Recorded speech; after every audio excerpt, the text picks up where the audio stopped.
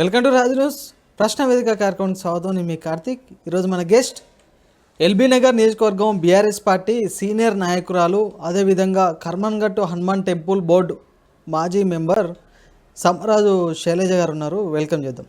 నమస్తే అండి. నమస్తే. ఎలా ఉన్నారు? బాగుందండి. మీరు ఎలా ఉన్నారు? ఫైన్. మా మొదటి ప్రశ్న, మీ నెగిటివ్ ప్లేస్ ఎక్కడ మేడం? మహబూబ్ నగర్ అండి మాది. ఎన్ని సంవత్సరాలు అవుతుంది హైదరాబాద్కి వచ్చి? నేను వచ్చి దాదాపు 20 years అవుతుంది. 20 years పైనే అవుతుంది. అయితే ఒక మహిళగా రాజకీయాల్లోకి ఎప్పుడు వచ్చారు, ఎందుకు రావాలనుకున్నారంటే ఏం చెప్తారు? నేను ఉద్యమాల టైంనే వచ్చిన, తెలంగాణ ఉద్యమాల టైంలోనే వచ్చిన. ఓకే. 2008-9 మధ్యలో వచ్చిన నేను. తెలంగాణ ఉద్యమాలలో మా నాన్నగారు గవర్నమెంట్ ఎంప్లాయీ. ఓకే. అప్పుడు ఉద్యమం జరుగుతున్న టైంలో పెన్ డౌన్ చేసిన అప్పుడు ఉద్యోగస్తులు చేసినప్పుడు తెలంగాణ ఉద్యమం ఉధృతమవుతున్న వేళ మా నాన్న ఒక మాట అన్నారు, తెలంగాణ రావాలంటే ఒక కేసీఆర్తోనే కాదు, ప్రతి ఇంటి నుంచి ఒకరు వెళ్ళాలి అన్నాడు. అది నా మనసులో పడ్డది. ఓకే. తెలంగాణ అభిమానం మీద, కేసీఆర్ చేస్తున్న ఉద్యమాల మీద దాని ఎఫెక్ట్తోనే వెళ్ళిన నేను. ఓకే. పూర్తిగా తెలంగాణ ఉద్యమంలో పాల్గొన్నా. అక్కడ మహబూబ్నగర్ జిల్లాలో ఉన్నారా? అప్పుడు ఇక్కడికి వచ్చేసిన ఇక్కడనే ఉన్నాం. మా నాన్న గవర్నమెంట్ ఎంప్లాయీ కాబట్టి మేము మహబూబ్నగర్ నుంచి హైదరాబాద్కు షిఫ్ట్ అయినాం అనమాట. నాన్న ఎప్పుడు ఎంప్లాయీస్ కాబట్టి ఎక్కడెక్కడ ట్రాన్స్ఫర్ అయితే అటు వెళ్ళాలి. కానీ నాన్న ఎప్పుడు కూడా మమ్మల్ని హైదరాబాద్ పెట్టే తను అప్ అండ్ డౌన్ చేసేవాళ్ళు. Sangareddy, Mahabubnagar up and down చేస్తుండే. మేము ఇక్కడే మా చదువులు ఇక్కడనే కొనసాగినాం. అయితే ఒక మహిళగా రాజకీయాల్లో కొనసాగాలంటే సమాజం నుంచి అనేక సమస్యలు, అనేక ఆటుపోట్లను ఎదుర్కోవాల్సి ఉంటుంది. అవును. ఇన్ని సంవత్సరాల్లో మీరు రాజకీయంగా ఎటువంటి సమస్యలు, ఎటువంటి ఆటుపోట్లను ఎదుర్కొన్నారంటే ఏం చెప్తారు? వ్యక్తిగతంగా రాజకీయాలకు రావడం అనేది నా ఇష్టంతో వచ్చినా కూడా కొంత వివక్షత అయితే ఉంటుంది మహిళలకి. మెయిన్ తెలంగాణ ఉద్యమంలో బయటికి వచ్చినప్పుడు అప్పుడు ఈ పార్టీ జెండా మీద, ఈ పార్టీ కోసం పనిచేస్తున్న వాళ్ళ మీద కొంచెం ఎగతాళిగా చూస్తున్న వాళ్ళు ఉన్నారు. ఈ పార్టీ ఏంది ఇది ఇట్లా అని. దాంతోపాటు అప్పుడు చాలా తక్కువ మంది మహిళలు ఉన్న టైం ఆ పార్టీలో. నేను పోయినప్పుడు కొంత ఎగతాళిగా చూసిండ్రు, అవమానం చేసిండ్రు, అన్ని రకాలుగా తట్టుకున్నా. నిజంగా చెప్పాలంటే మహిళలు వస్తే బయటకు వస్తే కొంత ఎగతాళి ఉంటుంది, రకరకాల నిందలు ఉంటాయి. అన్ని భరించుకుంటూ ముందుకు సాగినాం. అన్ని ఎదుర్కొన్నారా మీరు? అన్ని ఎదుర్కొన్నాం. బాధ అనిపించలేదు? చాలా చాలా బాధ అనిపించింది. ఓ టైంలో అనిపిస్తుంది ఎందుకు వచ్చినాము అనిపిస్తుంది. కానీ తెలంగాణ ఉద్యమంలో పాల్గొన్నందుకు, ఆ రోజు తెలంగాణ వచ్చినందుకు, బాపు కేసీఆర్ అంటే నడిచినందుకు ఇప్పుడు సంతోషం అనిపిస్తుంది. అప్పుడు కొంత బాధపడ్డా. కానీ వాస్తవానికి మహిళా రాజకీయాల్లో ఎదగాలంటే మహిళకు సరైన పదవి అని ఉండాలి, లేకపోతే ఆర్థిక బలమైన. అవును అవును. ఈ రెండు పెద్ద మీ దగ్గర ఏం లేవు. కానీ ఎట్లా తట్టుకోగలుగుతున్నారు? నిజంగా నా దగ్గర రెండు లేవు. అప్పుడు నేను పోయినప్పుడు లేవు. కానీ అన్నిటికీ తట్టుకొని నేను నిలబడ్డా. ఎందుకంటే అది ఒక సవాల్గా తీసుకున్నా. ఒక ఆర్థిక పరమైన ఇబ్బందులున్నా ఏమున్నా కూడా పార్టీకి డబ్బుకు సంబంధం లేదు. ఒక మహిళ ఎదగాలంటే డబ్బే కాదు, మన బ్యాక్గ్రౌండ్ లేకున్నా కూడా పార్టీ కోసం కష్టపడాలి, టైం వచ్చినప్పుడు గుర్తిస్తారనేసి ఉన్నా. ఇవి రెండు లేకుండా కొంచెం వెనక్కి పోయినేమో. కానీ సందర్భాలు ఉంటాయి రాజకీయాలు ఉంటాయి కదా. సరైన పదవి లేదు, సరైన గుర్తింపు లేదు, ఆర్థికంగా లేము. కాకపోతే నేను చేసిన పనులను బట్టి నాకు గౌరవం దక్కింది. 2-3 సార్లు నేను మహిళా ప్రెసిడెంట్గా చేసిన.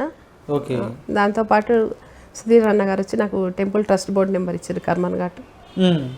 నా పనిని గుర్తించారు, నా డబ్బును కాకుండా నా పనిని గుర్తించి నాకు పదవులు ఇచ్చిండ్రు. ఇప్పుడు ప్రస్తుతం మహిళలను రాజకీయాల్లోకి తీసుకురావడం కోసం మీరేమైనా కృషి చేస్తున్నారు? నేను చాలా కృషి చేస్తున్నా. అసలు నేను గడ్డెన్నర ఉన్నప్పుడు చాలా తక్కువ మంది ఉన్నారు. నేను ఎవరికైనా చెప్తా, రావాలి బయటికి ఎవరైనా. ఇప్పుడు ఆడపిల్లలు అనేది అంతా సమానం అన్నప్పుడు బయటికి రావాలి. ప్రతి రంగంలో అయినా ఆడవాళ్ళు ఉండాలని నేను కోరు. ఎక్కడ ఆడవాళ్ళు ఎక్కువ ఉంటేనే అక్కడనే ఏదైనా సాధిస్తామనేది నా ఒపీనియన్. తప్పకుండా రాజకీయాలకు మహిళలు రావాలి, ఇంకా రావాల్సింది. నేను రమ్మంటే తీసుకొని కూడా వస్తా. నేను ఎవరైనా నోటిఫైడ్ చేస్తా. రాజకీయాలలో కూడా మహిళల ప్రాధాన్యత తప్పకుండా ఉండాలని నేను కోరుకుంటా. ప్రస్తుతం ఇప్పటివరకు బీఆర్ఎస్ పార్టీలో మీరు ఎటువంటి పదవులు చేశారంటే ఏం చెప్తారు? నేను మహిళా ప్రెసిడెంట్గా చేసినండి. ప్రస్తుతం వర్కింగ్ ప్రెసిడెంట్ ఉన్నా. మాజీ ఇప్పుడు నేను చెప్పిన ట్రస్ట్ బోర్డు నెంబర్ ఉన్నా హనుమాన్ టెంపుల్. అదేవిధంగా ఇన్ని సంవత్సరాలుగా కేవలం బీఆర్ఎస్ పార్టీలో కొనసాగడానికి గల కారణాలు ఏంటి అంటే ఏం చెప్తారు? బాపు కేసీఆర్ అంటే నాకు చాలా ఇష్టం. బాపు కేసీఆర్ అంటే అర్థం కాలే. బాపు అండి తెలంగాణ బాపు. ఆయన తెలంగాణకే అండి, తెలంగాణకే బాపు. ఎందుకు కాదు? ఇప్పుడు జాతిపిత బాపు అని పిలువ మనం గాంధీని. ఇప్పుడు తెలంగాణ తెచ్చింది కదా, ఇప్పుడు కేసీఆర్ తెలంగాణ రాష్ట్రానికి తండ్రి పాత్ర పోషించిండు. జాతిపితనా? అవును, తండ్రి పాత్ర పోషించిండు. తెలంగాణ మలిదేశ ఉద్యమాలలో ఎవరు ముందుకు తీసుకొచ్చిండ్రు? బాబు కేసీఆర్ కాకపోతే ఎవరు తెస్తుండ్రి? మీరు తండ్రి అన్నారు. అవును, కేసీఆర్ రాష్ట్రానికి తండ్రి ఎట్లయితే? ఎట్లా ఎందుకు కాదండి? మీ తండ్రి మీకుంటారు, మా తండ్రి మాకుంటారు, ఎవరి తండ్రి అనుకుంటారు. ఆయన ఎవరు? చూడండి, మనము ఒక బాపు అని ఎవరిని అంటాం? గాంధీని అంటాం. ఎందుకోసం అన్నాం మనం ఆయనని? మహాత్మా గాంధీని బాపు అని ఎందుకు అంటాం? మీరు చెప్పండి, మీరు చెప్పండి. ఇది నా ఇంటర్వ్యూ. అవునండి, నేను ఒకటే అడుగుతున్నా, బాపు అని గాంధీని అన్నప్పుడు కేసీఆర్ గారిని ఎందుకు అనొద్దు? ఆ రోజు తెలంగాణ ఉద్యమంలో పాల్గొని దేశ ఒక రాష్ట్రాన్ని తీసుకొచ్చిన ఆయనను బాపు అని ఎందుకు అనొద్దు? తండ్రి సమకాలికుడు ఆయన.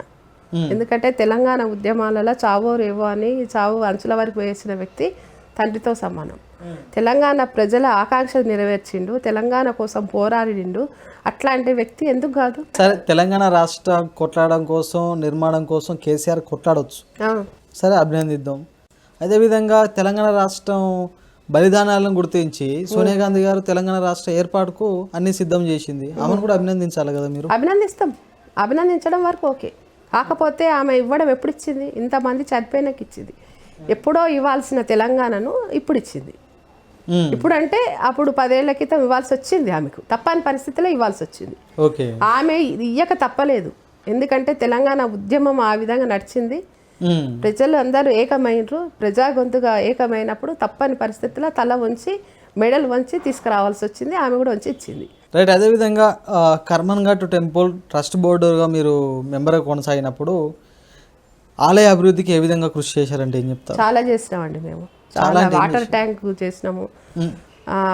మన ఎండ వచ్చినప్పుడు అసలు అక్కడ బండలు అవి లేక అవి వేసి అక్కడ బురజ ఉంటుండే, దానికి బండలు వేసినాం, టైల్స్ వేసి పైన కప్పు వేయించి పిల్లలు దారిలో ఎలా పడుతుంటే వర్షం వచ్చినా ఎండ వచ్చినా కూడా దానికి కప్పు వేయించడం, వాటర్ సంక్షోభం నుంచి చేసినాం. గవర్నమెంట్ లాస్ట్ ఇయర్లోనే కదా మీరు చేసి? అవునండి, మొన్న లాస్ట్ ఇయర్లోనే చేసిన నేను. చాలా అభివృద్ధి చేసినాము, అంటే సౌకర్యాలు అనేది మెరుగుపరిచినాం. భక్తులు కూడా చాలా అసౌకర్యంగా ఉన్న వాళ్ళు ఏవేవైతే అడిగినరో వీటిని మొత్తం నెరవేర్చినాం. కర్మన్ఘట్ హనుమాన్ టెంపుల్ మీరున్నప్పుడు ఏ విధంగా ఉంది పరిస్థితి? ప్రస్తుతం కాంగ్రెస్ ప్రభుత్వంలో ఏ విధంగా ఉందంటే ఏం చెప్తారు? మేము ఉన్నప్పుడు చాలా బాగుంది. ఒకసారి మీరు కూడా, అంటే మీరు ఇంటర్వ్యూ చేస్తున్నారు, మీరు చెప్పడం ఏంటంటే ఒకసారి ఆలయంకి వెళ్తే అక్కడ ఉన్న వాళ్ళే చెప్తారు, మేము అడగడం కాదు. అక్కడ మేము పోయినందుకు ఈరోజు అంటుంటారు, మేడం మీరు ఉన్నప్పుడే బాగుండే, మీరు అప్పటికిప్పటికి డిఫరెంట్ అంటే చూస్తున్నారు కదా. మీకు కాంగ్రెస్ గవర్నమెంట్ అంటే ఏముంది? వాళ్ళ లోపలే కొట్లాటలు, గొడవలు ఎక్కడ కూడా కరెక్ట్గా ఉండవు. అంతర్గత కలహాలు ఎక్కువ ఏకతాటి మీద నడిచేది కాదు కాంగ్రెస్ పార్టీ. డెవలప్మెంట్ ఆగిపోయింది, మేము ఉన్నంత డెవలప్మెంట్ ఇప్పుడు లేదు. ఇప్పుడు కొంచెం అంతర్గత ఏదో కలహాలు ఉన్నాయి, పేపర్లకు వచ్చినాయి. మీకు తెలుసు కదా, కాంగ్రెస్ అంటే కొట్లాటలు, గ్రూప్ రాజకీయాలు, వీటినే కాంగ్రెస్ అంటే. ఒకటే మాకు కేసీఆర్ గారు అంటే అల్టిమేట్. ఆయన మంచి పరిపాలన అందిస్తాడు. కార్యకర్తలు కావచ్చు, నాయకులను కానీ ఆయన ఒక క్రమశిక్షణ గల నాయకుడు. ఎల్బీ నగర్ నియోజకవర్గంలో ఎమ్మెల్యే దేవిరెడ్డి సుధీర్ రెడ్డి గారి పరిపాలన ఏ విధంగా ఉందంటే ఏం చెప్తారు? ఎల్బీ నగర్ అంటేనే సుధీర్ అన్న, సుధీర్ అన్న అంటేనే ఎల్బీ నగర్. ఆయనకు మించిన నాయకుడు లేడు. ఈరోజు ఇంత డెవలప్మెంట్ ఎల్బీ నగర్ మీరు చూస్తున్న ఫ్లైఓవర్స్ కానీ, రోడ్లు కానీ, పార్కులు కానీ ఏ రకంగా చూసినా కూడా. మరి జనాలందరూ ఎందుకు ఇట్లా అంటారు? ఎక్కడ అన్నారు? బీఆర్ఎస్ గూండా రాజకీయం అంటేనే ఎల్బీ నగర్ అంటేనే బీఆర్ఎస్ రాజకీయం. పడరాని వాళ్ళు మస్తు అంటారండి, పంచేత్తగాని వాళ్ళే అంటారు. అసలు వాళ్ళ నాయకులు ఎవరు చెప్పండి? అన్నోళ్ళ నాయకులు ఎవరు చెప్పండి? ఏ పార్టీలో గతంలో అన్న కూడా అదే పార్టీలో ఉండే వచ్చింది కదా. అప్పుడైనా అభివృద్ధి చేసిండు, ఇప్పుడైనా అభివృద్ధి చేస్తున్నాడు. అన్న అంటే పడరాని వాళ్ళు మాట్లాడతారు, కానీ ప్రజలందరూ కూడా సుధీర్ అన్న అంటే చాలా అభిమానిస్తారు ఎల్బీ నగర్లో. ఎల్బీ నగర్లో ఆయనకు 3 సార్లు ఎమ్మెల్యే అంటే మాటలా? ఎంత అభివృద్ధి చేస్తే అంత మెజార్టీతోనే గెలుస్తాడు. పైసలు పెడితే గెలవరంటారు. ఎవరండి అంటారు? పైసలు పెడితే ఎన్నిసార్లు గెలుస్తారు? ఒకసారి గెలుస్తారు, ప్రతిసారి ఎట్లా గెలుస్తారు? ఆయన రాజకీయం 40 ఏళ్ళ రాజకీయ ప్రస్థానంలో డబ్బులే కాదండి, మనుషులు. డబ్బులు అనేది అది అనవసరమైన విషయము. ఆయన ఎప్పుడు కూడా డబ్బులతో గెలిచిన వ్యక్తి కాదు. రైట్. అదేవిధంగా గత అసెంబ్లీ ఎన్నికలు చూసుకుంటే దేవిరెడ్డి సుధీర్ రెడ్డి గారి గెలుపుకు మీరు ఏ విధంగా కృషి చేశారంటే ఏం చెప్తారు? చాలా బాగా చేస్తాం నిజంగా. అన్న అంటే మాకు ఒక అన్నలాగానే. అన్న గెలిస్తేనే అభివృద్ధి, ఎల్బీనగర్ డెవలప్మెంట్ కావాలంటే సుధీర్ అన్న గారే రావాలి. మేమందరం ఒక క్రమశిక్షణ గల నాయకులము. ఆయన చేతి కింద ఉండి మేము పనిచేస్తున్నాము.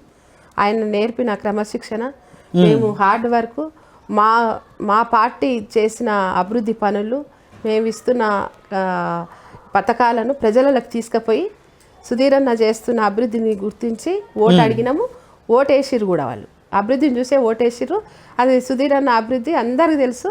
మేము చాలా క్రమశిక్షణ మీద పనిచేసినాము, ప్రజల దగ్గర ఓటు అడిగినాము, అన్నకు మంచి విజయాన్ని అందించినాము. ఓకే, మళ్ళీ కూడా కృషి చేస్తాము, మళ్ళీ గెలిపిస్తాము. అన్నని ఈసారి మేము ఒక మంత్రిగా చూడాలి. బీఆర్ఎస్ పార్టీ అధికారంలోకి వస్తుంది, మళ్ళీ మా సుధీర్ అన్న మంత్రి అవుతాడని మాకు నమ్మకం ఉంది. ఖచ్చితంగా అవుతాడు. బీఆర్ఎస్ పార్టీ వస్తుంది ఖచ్చితంగా. పైన బీఆర్ఎస్ పార్టీ, కింద మా సుధీర్ అన్న. రాకుంటే పరిస్థితి ఏంది? ఎందుకు రాదు అని సమస్య. ప్రజల దగ్గరికి ఒకసారి పోయి అడగండి. మీరు చండాలంగా తిడుతున్నారు. ఏ ముఖ్యమంత్రిని తిట్టారు? అంత గలీజ్గా తిడుతున్నారు. అసలు ఏమైనా మంత్రులేనా వాళ్ళు? ఏమైనా నాయకుల? కాంగ్రెస్ వాళ్ళు ఏదో 6 గ్యారెంటీలు అని చెప్పేసి అన్ని అడ్డగోలు హామీలు ఇస్తే ఏదో ప్రజలు నమ్మి ఓటేసిర్రు. అంతేగాని మీ బీఆర్ఎస్ ప్రభుత్వం ఇచ్చిన హామీలు కూడా నెరవేర్చలేరు కదా. అనుకున్న హామీల కన్నా, చెప్పిన హామీల కన్నా ఎక్కువ చేసిండు కేసీఆర్ గారు.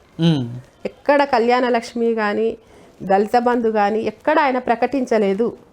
ఆయన ప్రజలకు ఎప్పటికప్పుడు దళిత బంధు సక్రమంగా ఇచ్చిర్రు. బీఆర్ఎస్ పార్టీ నాయకులకు ఇచ్చారు, వాళ్ళకి ఇచ్చారు, అందరికి ఇచ్చిర్రండి. ఏంటంటే అది వాళ్ళు పుట్టి ఒక్కరు చూపిస్తారా? కాంగ్రెస్ వాళ్ళకు, బీజేపీలకు వచ్చిన తీసుకున్న వాళ్ళు ఎంతో మంది ఉన్నారు. ప్రజలు, సామాన్య కార్యకర్తలకు, బీజేపీ కనీసం మీ బీఆర్ఎస్ గవర్నమెంట్ లో ఒక కుటుంబానికైనా రేషన్ కార్డు ఇచ్చిరా? చూడండి, రేషన్ కార్డు అనేది మేము ఏంటంటే ఇప్పుడు కాంగ్రెస్ ప్రభుత్వంలో, రేషన్ కార్డు ఇప్పుడు కాంగ్రెస్ ప్రభుత్వంలో నేను అప్లై చేసుకుంటే నాకు వస్తుంది, మీరు అప్లై చేసుకుంటే మీకు వస్తుంది. అనామకుడు అప్లై చేసుకున్నా కూడా అనామకుడు కూడా రేషన్ కార్డు వస్తుంది. అందుకు అదే అర్థం చేసుకోండి. రేషన్ కార్డు ఎవరికి రావాలండి చెప్పండి? నిరుపేదలకు రావాలి. నిరుపేదలకు రావాలి. ఇప్పుడు ఎవరెవరికి వచ్చింది? బిల్డింగ్ లోనికి వస్తుంది, కారు లోనికి, ఐటీ కట్టిన కూడా ఇచ్చిండు. ఇదేనా అన్నీ? అంటే డబ్బు అన్యక్రాంతము, ఇదంతా దోపిడీ. అసలు ఈ పార్టీలో జరిగేదే అది. కాంగ్రెస్ పార్టీలో మీరు చూడండి, అందరికి ఎందుకు ఇస్తావు? అసలు రేషన్ కార్డు అందరికి ఎందుకు ఇస్తారని రేషన్ కార్డు విషయంలో మీరు ప్రశ్నిస్తారు ప్రభుత్వం. అవును. అయితే బీఆర్ఎస్ ప్రభుత్వం రైతు బంధు ఎవరికి ఇచ్చింది? ఉన్నోనికి ఇచ్చింది, లేనోనికి ఇచ్చింది, మిడిల్ క్లాస్ వానికి ఇచ్చింది కదా. మరి అదెందుకు ఇచ్చినట్టు? రైతు అనేది చూసినాం. ఎక్కడ 300 ఎకరాల ఉన్నోనికి రైతు బంధు ఇచ్చారు. చూడండి, ఒకటే ఎకరం ఉన్నోనికి రైతు బంధు ఇచ్చారు, 5 ఎకరాల ఉన్నోనికి రైతు బంధు ఇచ్చారు. మరి అదేంది? కేసీఆర్ గారి సిద్ధాంతము రైతు బాగుపడాలని ఇచ్చిండు. మా ప్రశ్నకు సమాధానం రాలే. మీరు ఏం అడిగారు? ఉన్నోనికి ఇస్తారు రేషన్ కార్డు, లేనోనికి ఇస్తారు అనేసి మీరు అడిగారు. సేమ్ కేసీఆర్ హయాంలో 300 ఎకరాల లోనికి ఇచ్చారు, 3 ఎకరాల లోనికి ఇచ్చారు, ఎకరం లోనికి ఇచ్చారు కదా. నేను అడుగుతున్నా, రైతు అనేది ఎక్కడ కూడా ఆయన ఒక రైతు అనే ఆయన వ్యక్తికే ఇచ్చిండు, వేరే వాళ్ళకి ఇవ్వలేదు.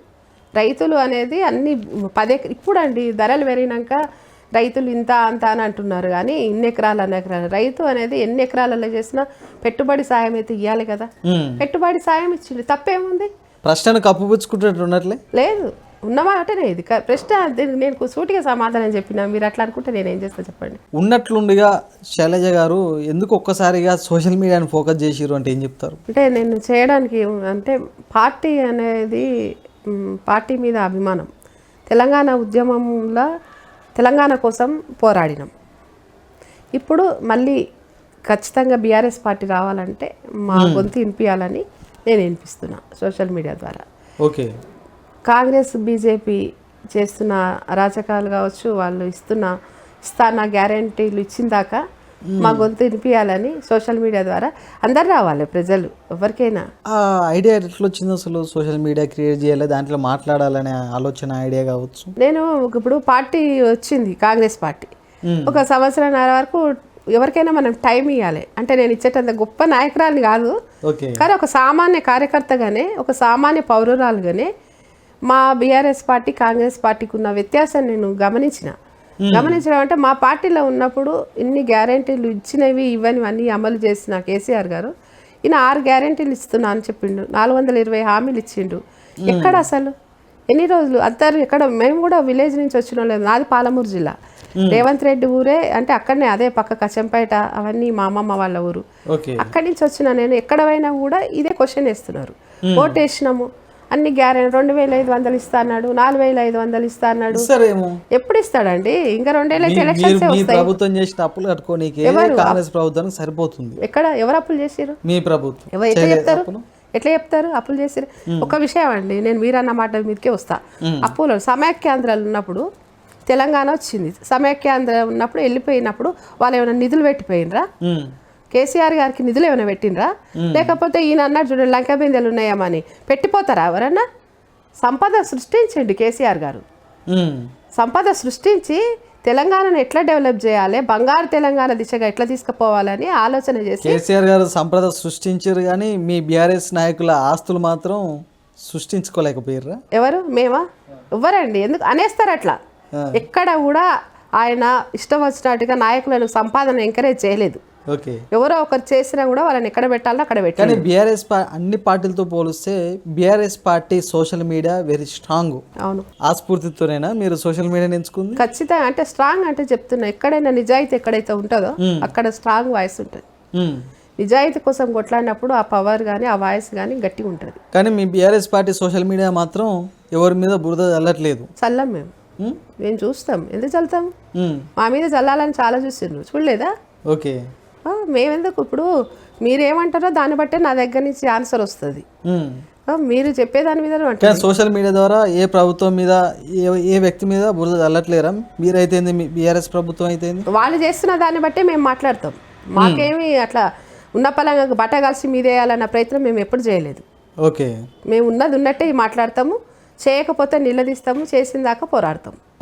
శైలజ గారు ఏ అంశం పైన మాట్లాడాలన్నా కూడా బాగా బట్టి పడతారు, గట్టిగా ప్రిపేర్ అవుతారు. ఆ ప్రిపేర్ అయ్యి చేసిన కంటెంట్ను వాళ్ళ పిల్లలో లేకపోతే ఇంకెవరో బూస్ట్ కొట్టగానే అది వైరల్ అవుతుంది, అంతే తప్ప దాంట్లో వాస్తవాలు ఉండవు అనేసి విమర్శలు వస్తున్నాయి. బట్టి పట్టేది ఏముంటుందండి? ఇది ఏమైనా చదువుకున్న పుస్తకం సిలబసా? జరుగుతున్న అన్యాయాల గురించి బట్టు పెట్టాల్సిన అవసరం లేదు. సామాన్య ప్రజల దగ్గరికి పోయినా కూడా చెప్తారు. ఉన్న అంశం మీద మాట్లాడడానికి బట్టి పట్టేది ఏముంది? ఇప్పుడు మీరు అడుగుతున్న క్వశ్చన్కి నేనేం బట్టి పట్టి మీరు ర్యాండమ్గా అడుగుతున్నారు, నేను ర్యాండమ్గా చెప్తున్నా. ఇట్లా బట్టి పట్టేది ఏముంది? పిల్లలు అంటే ఇప్పుడు ఎవరికైనా ఒకరు సపోర్ట్, నా పిల్లలు నాకు సపోర్ట్ ఉంటారా? ఎవరికైనా అంతే కదా. ఇప్పుడు ఉన్న దాన్ని బట్టి పట్టేది ఏముంటుంది? సబ్జెక్టు ఉన్నది అక్కడ, సబ్జెక్ట్ మీద నిలదీయడం నాకు అలవాటు. అక్కడ చేస్తున్న తప్పు నిలదీయడం అలవాటు.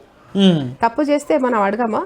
ఇది అంతా కావాలని బురద వెళ్ళడం అండి, అంతే. ఒక మనిషి ఎదుగుతున్నప్పుడు దాని మీద రాలేయాలి అంతే. ఎదగొద్దా? మాట్లాడొద్దా? మాట్లాడితే తప్పే ఉంది? ఏమో మాట్లాడితే తప్పే ఉంది. మనం ఒక క్వశ్చన్ చేస్తే ఆన్సర్ వస్తుంది అవతల నుంచి. రైట్. జిహెచ్ఎంసీలో బాగా దోమలు ఉన్నాయనేసి ఒక దోమతోర పెట్టి రీల్ చేసారు. ఆ రీల్ తోటి మీరు బాగా వైరల్ అయ్యారు. వాస్తవానికి మీ బీఆర్ఎస్ ప్రభుత్వంలో దోమలు లేవా జిహెచ్ఎంసీలో? ఇంత లేవు. ఉన్నా కూడా మేము ఎక్కడికక్కడ మందు కొట్టుకుంటూ సాయంత్రం కాగానే జిహెచ్ఎంసీది బండి వచ్చి ఫాగ్ చేసిపోతుండే. కానీ జిహెచ్ఎంసీలో ఉన్న దోమను కూడా, చిన్న దోమను కూడా చిన్నేందండి బీఆర్ఎస్ పార్టీ సుధీర్ రెడ్డి అయితేంది. చిన్న దోమను కూడా బీఆర్ఎస్ పార్టీ సుధీర్ రెడ్డి అయితేంది, సుధీర్ రెడ్డి అనుచరులు అయితేంది, దీన్ని ఒక రాజకీయంగా వాడుకుంటున్నారు. విమర్శలు కూడా వస్తున్నాయి కదా. నేను ఇక్కడ దోమతెర కావాలని వేసి అన్నారు కదా, ఈ పక్క అపార్ట్మెంటే ఎకోపాలిటైన్ అని ఉంటుంది. ఓకే, మీరు పోయి చాలామంది, నేను అది చేసినాక కాంగ్రెస్ నాయకులు పోయి అక్కడ ఏమంటారు సెక్యూరిటీతోన మాట్లాడినరు. మీరు చెప్పు, ఆమె వచ్చేసిందా, ఆమె చేయించింది కదా అంటే కాదు. అప్పుడు నిజంగా చెప్పాలంటే తగ్గినాయి, కానీ కొద్దిసేపు ఇట్లా నిలబడితే అసలు నోట్లోకి పోయేటట్టుగా. ఎంత చెరువు ఉంది, బాగా దోమలు వస్తున్నాయి. నేను ఒక పెళ్ళికి వేస్తున్నా, ఈవినింగ్ రిసెప్షన్ పోయేచ్చే వరకు ఆయన పాప సెక్యూరిటీ గార్డ్ ఇట్లా వేసుకొని ఆ ఫోన్ చూసుకుంటే ఇట్లా కూర్చున్నాడు. ఒకసారి నా కంటికి కనిపించింది. పక్కకున్న వాళ్ళని అడిగినారే ఏంది నేను ఇట్లా కూర్చున్నాడు అంటే, అయ్యో మీరు ఈరోజు చూస్తున్నారా, రోజు ఆయన అట్లనే కూర్చుంటాడు అన్న. నేను దాన్ని తీసి సోషల్ మీడియాలో పెట్టాలని తీయలేదు. అదే ఆయన పడుతున్న బాధను చూసి నేనేదో స్టేటస్లో అట్లా పెట్టుకుందాం అనుకొని నేను సోషల్ మీడియా పెట్టిన, అది చాలా పెద్ద వైరల్ అయింది. ఆయన అన్నాడు నిజంగా ఈవినింగ్ అప్పుడు బీఆర్ఎస్ ప్రభుత్వం ఉన్నప్పుడు ఫాగ్ చేయడము, దోమలకు మందు కొట్టడం అవన్నీ చేస్తుండే. దోమలు ఉంటుండే కానీ ఇంత పెద్ద ఎత్తున లేవు చాలా. అసలు ఇది ఒక్క గొంతుకు కాదు, సోషల్ మీడియా అంతా కూడా చాలా మంది ఎక్కడ చూసినా దోమల ప్రాబ్లం. మీరు కూడా మీ ఇంటి దగ్గర ఉంటాయి, మీరు చెప్తలేరు. గతం పోల్చుకున్నా ఇప్పుడు పోల్చుకున్నా కూడా తేడా కనిపించింటుంది మీకు. అదే నేను తీసుకొచ్చిన, ఎక్కడ కూడా నేను దోమతెర వేయలేదు. కేటీఆర్ గారు కూడా అభినందించినట్టు. అవును అవును అవును. ఎట్లుంది అప్పుడు కేటీఆర్ గారు? చాలా చాలా హ్యాపీగా అనిపించింది, చాలా సంతోషం అనిపించింది.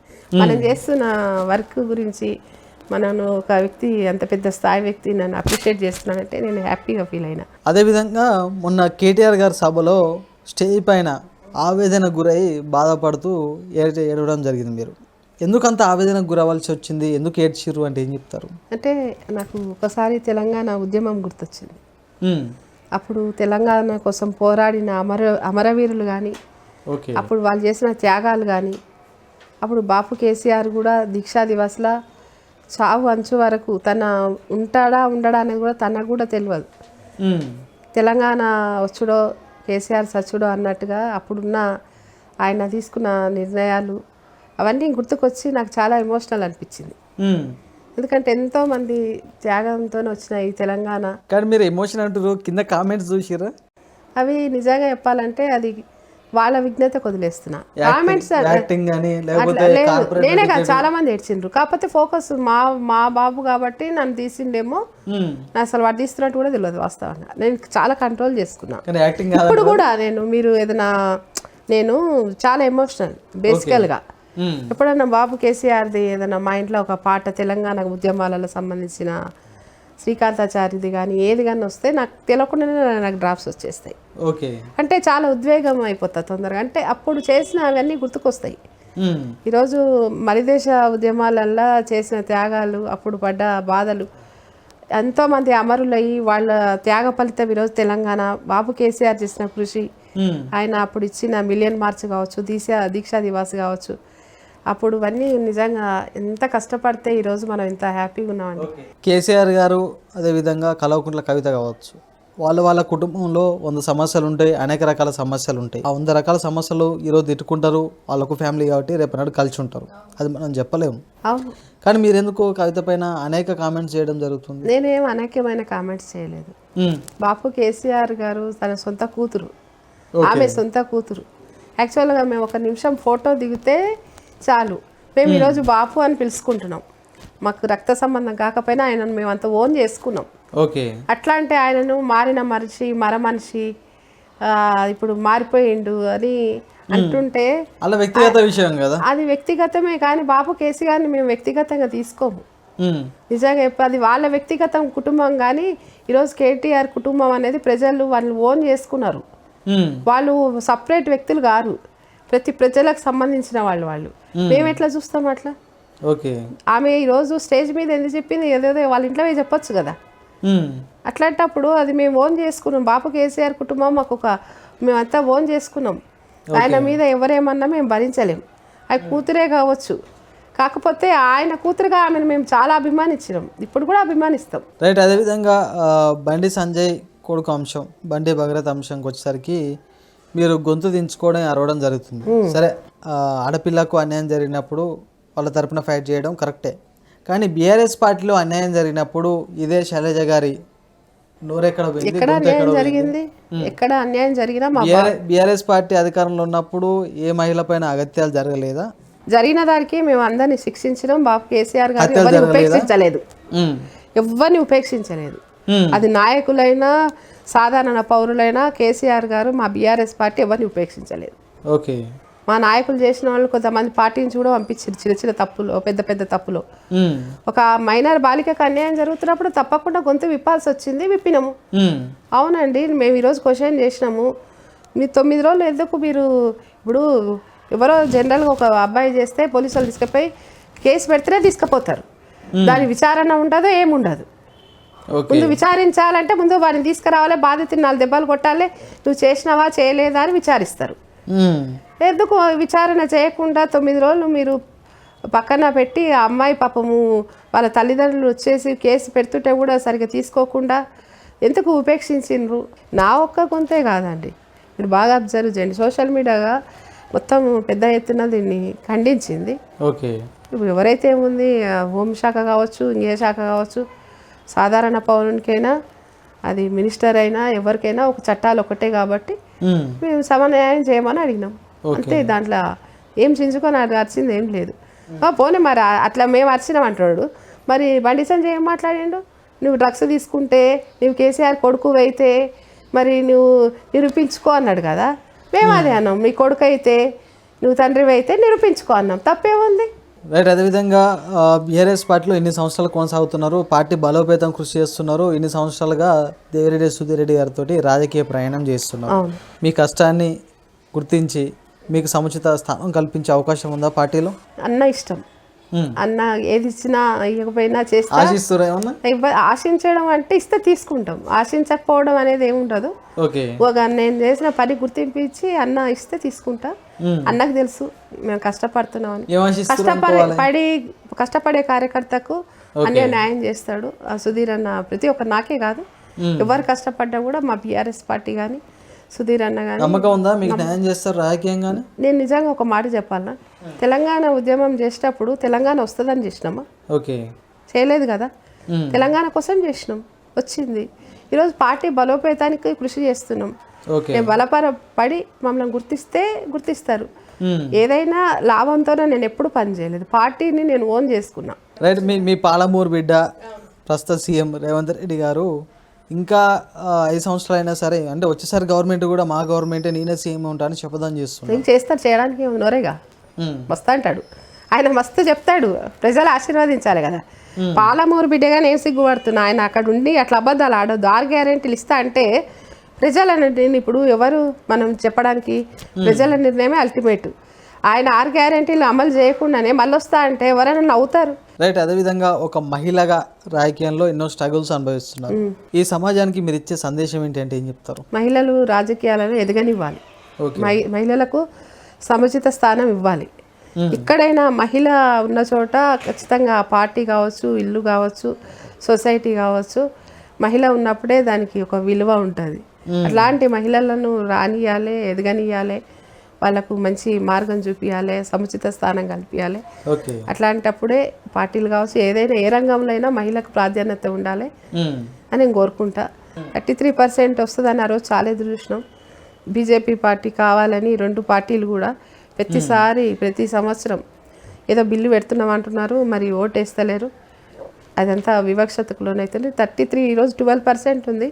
33% ఇస్తే మా మహిళలు ఇంకా అన్ని రంగంలో ముందుకు వస్తారు.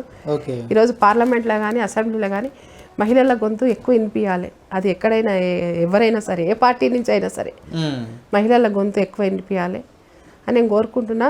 ముందు మా బీఆర్ఎస్ పార్టీ అయితే ఖచ్చితంగా మహిళలను ఎంకరేజ్ చేస్తూ కేటీఆర్ గారు కూడా అన్నారు, ఇప్పుడు చూసిన మీరు కూడా మాకు 33% వాళ్ళు ఇచ్చినా ఇవ్వకపోయినా మహిళల కార్పొరేట్ సీట్లు ఇస్తామని కేటీఆర్ గారు కూడా అంటున్నారు. ఖచ్చితంగా మహిళలను గౌరవించాలి ఎవరైనా సరే. రైట్. ఇది నాటి ప్రశ్న వేదిక కార్యక్రమం చూస్తున్నాం. రాజు న్యూస్ మరో గెస్ట్తో మళ్ళీ కలుద్దాం.